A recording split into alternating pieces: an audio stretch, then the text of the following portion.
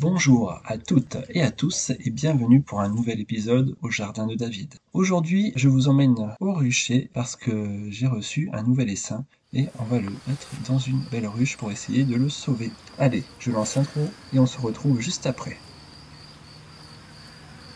Where did I go wrong? I'm lost inside my head.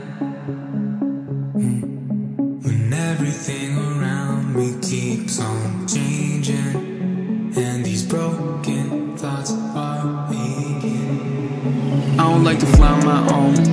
I need a little love sometimes when the lights go dim.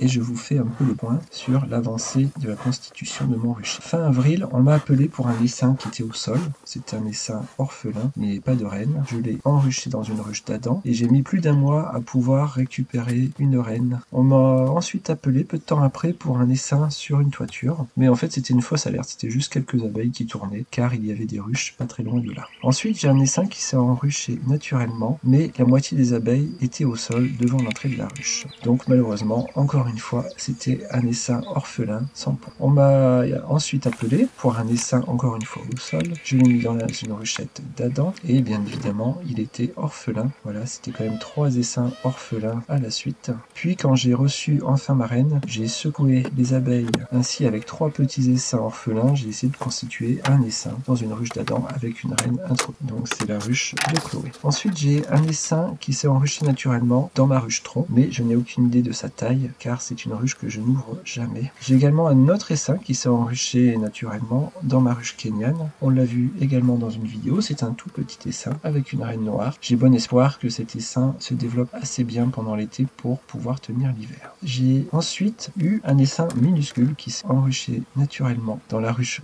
varée que nous allons voir dans cet épisode. Ensuite, on m'a appelé, encore une fois, pour un essaim dans une toiture. Le problème, cette fois, c'est que c'est une toiture avec des évrites, donc je ne peux pas démonter par le dessus. Et je ne pouvais pas non plus accéder par en dessous, car c'était le plafond de la chambre. Donc cet essaim, je n'ai pas pu le récupérer. Puis on m'a appelé pour un essaim qui était rentré dans une ruche de décoration. Il est encore une fois tout petit, mais il y a une reine, et c'est là l'essentiel, on va essayer de le sauver. Enfin, le 5 juin je pense, un essaim est venu à nouveau s'enrucher naturellement dans une de mes ruches. Il faut vraiment que je vous explique comment j'ai placé ces ruches pièges cette année, car la méthode a bien fonctionné. Je n'ai seulement pas eu de chance, car ce sont des essaims trop petits ou orphelins qui sont venus. Pour ce dernier essaim, il fait à peu près un tiers d'une hausse varée. Je pense qu'il a une chance de se développer et de réussir à passer son premier hiver. Alors, il y a quelques jours, j'ai une amie qui m'a appelé pour me dire qu'un essaim était venu s'installer dans une de ses ruches de décoration. Je suis donc allé chercher la ruche, je l'ai posée à son emplacement dans mon rucher. Après quelques jours, on va transférer les abeilles dans une ruche d'Adam toute propre parce que la ruche décorative avait été envahie par la fausse teigne. Je déplace donc les cadres de couvain en les nettoyant dans ma ruche. Le problème, c'est que ce n'est pas le même format de cadre, donc je vais devoir découper un peu les cadres afin qu'ils s'emboîtent bien dans la ruche. Je ne mets que 2 cadres car l'essaim est tout petit, puis je fais tomber les abeilles qui sont dans l'ancienne ruche, en essayant de ne pas faire tomber de saleté dans cette nouvelle ruche. Alors comme l'essaim est tout petit, je réduis l'entrée au maximum. Après quelques minutes, les abeilles retrouvent leur premier repère. Alors, je mets un peu de sirop pour l'essaim et je mets également un petit pain de candy afin qu'elles ne meurent surtout pas de faim pendant les premières semaines, car nous sommes toujours dans une période où il y a beaucoup d'orages et de pluie l'après-midi, donc le temps de butinage est très restreint.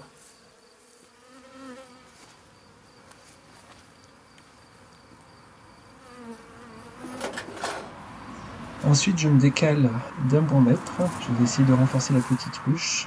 Donc j'ai déplacé cet essaim et je l'ai mis en dessous d'une ruche qui était bourdonneuse, une petite colonie également. Cette année je suis assez maudit car j'ai récupéré que des petites colonies. Donc je vais rajouter le peu d'abeilles qu'il y a dans la colonie bourdonneuse, dans cette petite colonie où il y a une reine qui a commencé à pondre.